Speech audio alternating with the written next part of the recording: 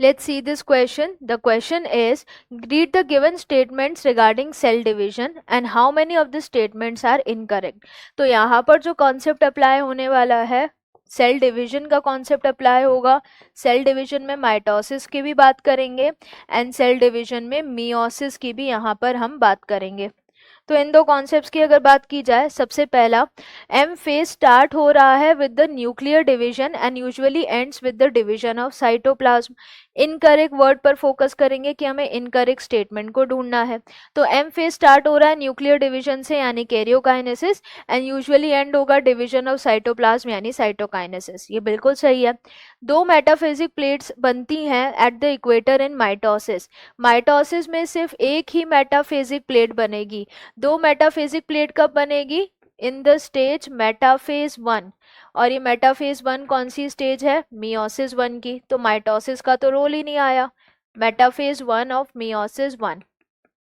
तो ये इनकरेक्ट हो गई.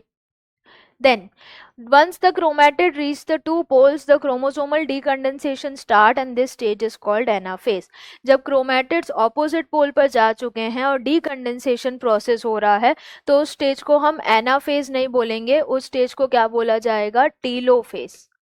Reverse of prophase. तो ये भी गलत हो गया.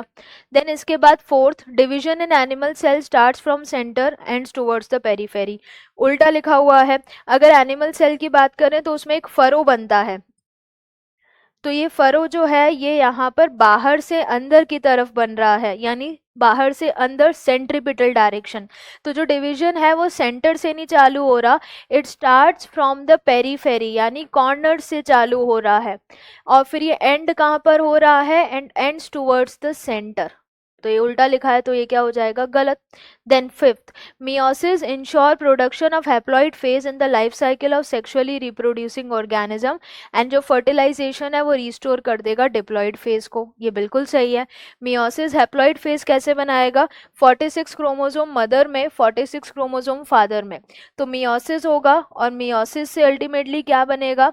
23 गेमीट्स बनेंगे और फिर ये फ्यूज करके क्या बना देंगे? By the process of fertilization ये गेमीट्स फ्यूज करेंगे और फ्यूज करके बना देंगे 46 क्रोमोसोम वाला जाइगोट.